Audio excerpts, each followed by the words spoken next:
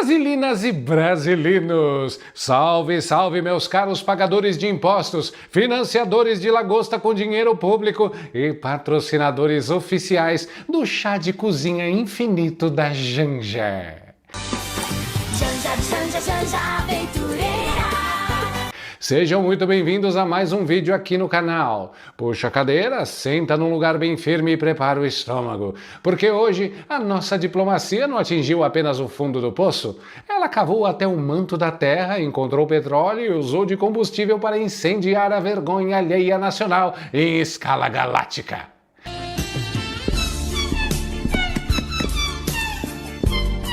Nem se você juntasse o elenco inteiro de The Office com os roteiristas do Monty Python sob o efeito de substâncias proibidas, você conseguiria conceber a cena patética que aconteceu essa semana. Imagina só o cenário de filme de comédia. O telefone toca lá no salão oval da Casa Branca. Do outro lado da linha, o todo-poderoso Donald Trump, com aquela cabeleira lendária, de braços cruzados, só esperando para ver qual é a piada do dia. E na outra ponta, quem? O nosso querido mandatário de 9 dedos, Luiz Bebasso, suando frio na nuca, tremendo igual vara verde, com o coração na boca por causa do tarifaço norte-americano, vendo o castelo de cartas da economia brasileira derreter feito picolé no asfalto do sertão. E o homem entra em desespero total, tentando salvar a pele de quem? Dos trabalhadores? Da indústria nacional? Não! Tentando fazer lobby internacional para defender o crime organizado e as facções criminosas. É isso mesmo que você ouviu, bicho? Não precisa esfregar o ouvido. É o presidente de uma república de 200 milhões de pessoas gastando saliva de interurbano para passar pano em bandido perigoso para o líder da maior superpotência do globo. Hoje, eu falei com o Trump 1h30. 1h30. Eu falei, ô Trump, se você quer combater o crime organizado, vamos combater o crime organizado. A Polícia Federal quer combater o crime organizado. Nós queremos prender, sabe, esses bandidos. Agora, nós queremos trabalhar junto. O que nós não queremos é interferência no Brasil.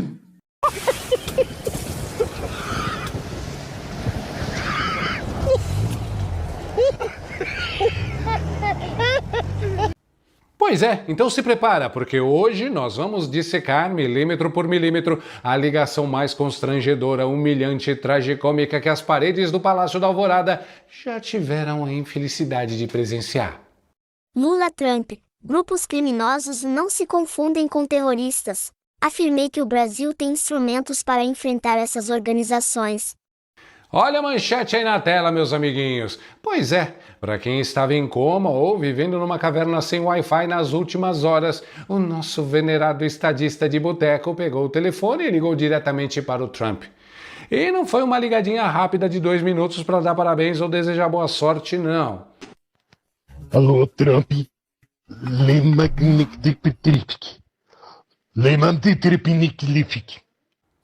Foram nada menos que 1h20 de pura humilhação transmitida via satélite. Vocês têm real noção do que representa ficar 1h20 pendurado no telefone? Eu não fico esse tempo todo nem com a minha própria mãe se eu sofrer um acidente.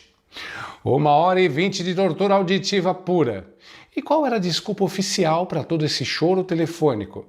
As tarifas gigantescas que os Estados Unidos prometeram enfiar na goela do comércio exterior brasileiro. O desespero do governo Lula para tentar estancar a sangria de dólares e fingir que ainda tem algum controle sobre a realidade econômica. Só que aí, meus amiguinhos, vem a cereja estragada e cheia de mofo em cima desse bolo podre.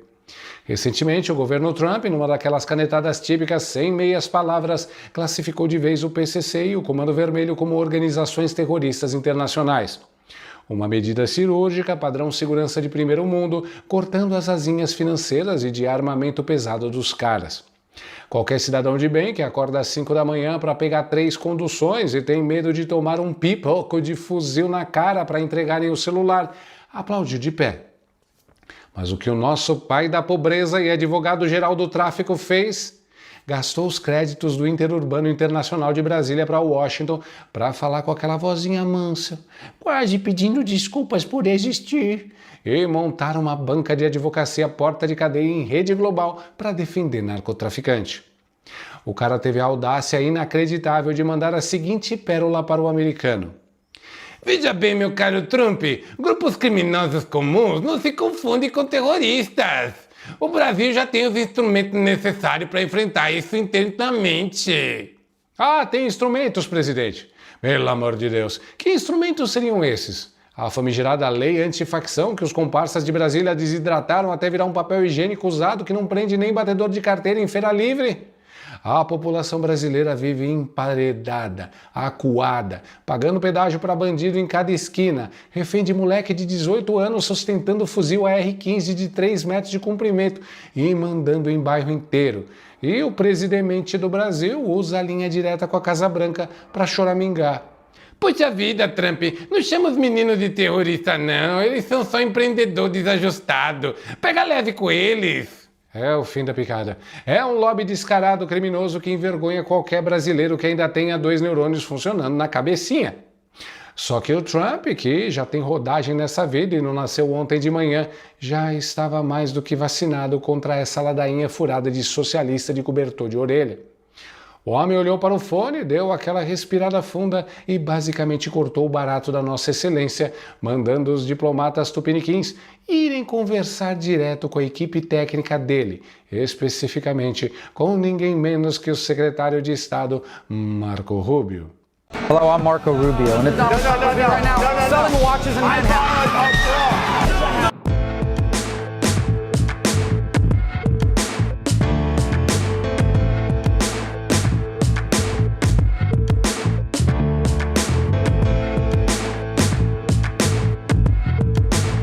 E foi exatamente nesse instante que o nosso mandatário de 9 dedos quase borrou as calças de pavor ao vivo. Janja, me caguei. De novo?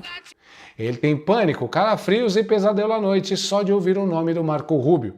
O Rubio é descendente de cubanos, conhece de cabo a rabo as malandragens da esquerda latino-americana, fala espanhol fluentemente, não tem paciência nenhuma para discursinho furado de comitê central e não cai nessa conversa fiada de socialista de iPhone financiado por estatal. We now have in this hemisphere a coalition of friendly countries, over a dozen, who have aligned to work on not just the issues of security that we all have in common, but also economic prosperity that go hand in hand. It's an amazing story that basically, other than Nicaragua, other than Cuba, obviously other than Venezuela, remains with some challenges, and of course Brazil, although they're in the midst of an election cycle. Vendo que a chapa ia esquentar de verdade com alguém que entende o jogo, o que o nosso brilhante negociador de 9 dedos fez? Ele tentou apelar para o lado emocional mais cafona e brega possível. Ele soltou a seguinte joia. A gente se gosta, Trump, não precisa de intermediário para atrasar nossa linda vida a dois. Vocês têm noção do nível disso? A gente se gosta? O que é isso, meu Deus? Virou barraca do beijo da geopolítica? Tá achando que diplomacia internacional é a comédia romântica da sessão da tarde estrelada pela Meg Ryan nos anos 90?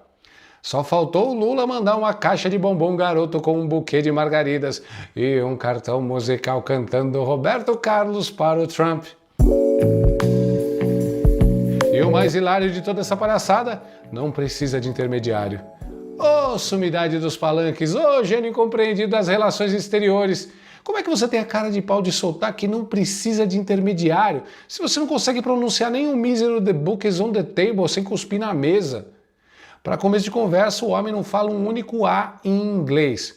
Ele precisa de um tradutor oficial berrando no ouvido dele até para entender um good morning. O coitado do tradutor que estava segurando a extensão na linha para traduzir a fala mansa era o quê? Uma samambaia decorativa? Um papagaio de pirata mudo? Um abajur do palácio? O sujeito depende de um intermediário profissional até para comprar um cachorro quente na esquina da Quinta Avenida e quer pagar de sedutor solitário metendo essa de somos nós dois só, mozão, sem ninguém entre nós. É fascinante observar o comportamento esquizofrênico da nossa liderança máxima.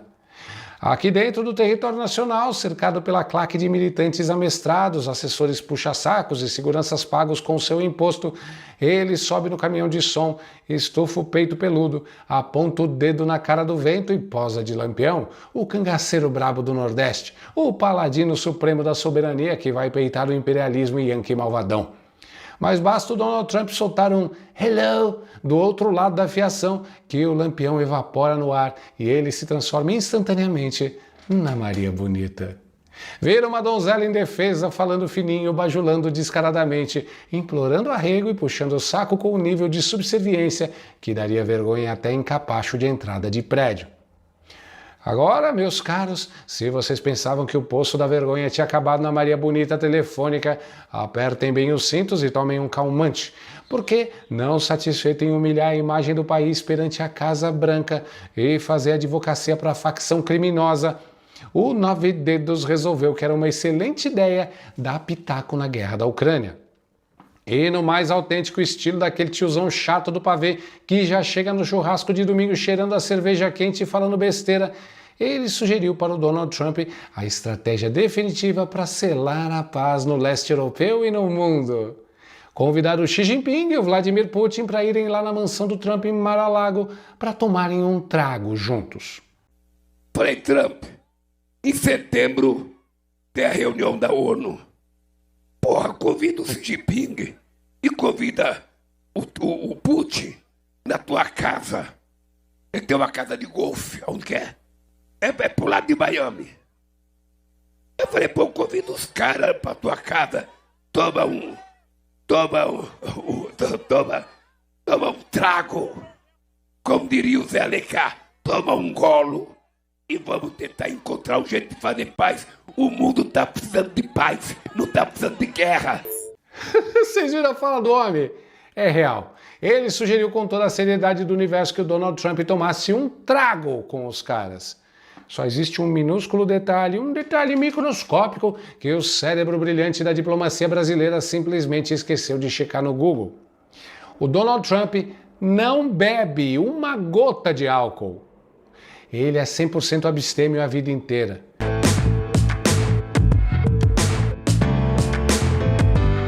E sabe por que ele nunca colocou uma gota de destilado na boca? Porque ele perdeu o próprio irmão mais velho, Fred Trump Jr., de forma trágica para o alcoolismo.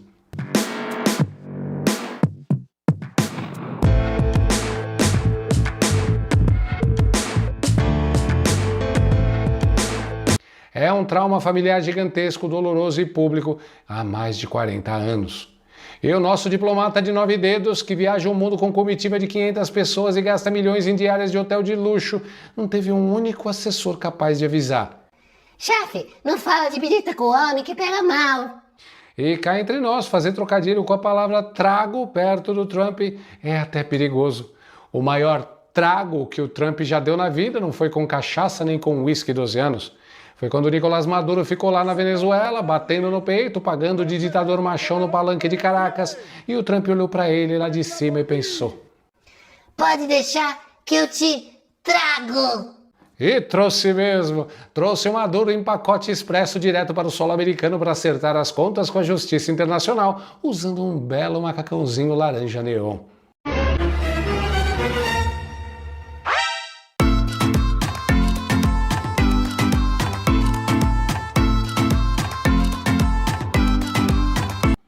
Esse é o verdadeiro trago do Trump, Lula. Em suma, meus amiguinhos, esse é um magnífico resumo da ópera Tupiniquim. O presidente valentão que bate a mão na mesa e arrota a soberania contra o povo desarmado aqui dentro, vai lá fora com o rabo entre as pernas pedir pinico na primeira ligação. Tenta rifar os negociadores técnicos como Marco Rubio na base da lábia emocional constrangedora de quem está no Tinder, passa vergonha intercontinental precisando de 3 tradutores para dizer que dispensa intermediários, chora para defender o estatuto de facções criminosas e, para fechar com chave de ouro, enfia os 2 pés na jaca sugerindo cachaça para quem teve a família traumatizada pelo vício. É a diplomacia do fracasso consumado. A estratégia infantil de peitar gigantes deu com os burros na água. O desespero bateu na porta do palácio e agora só nos resta assistir a essa sessão gratuita de humilhação pública travestida de telefonema diplomático. Que fase espetacular da nossa história! Que fase maravilhosa para se estar vivo e pagando DARF!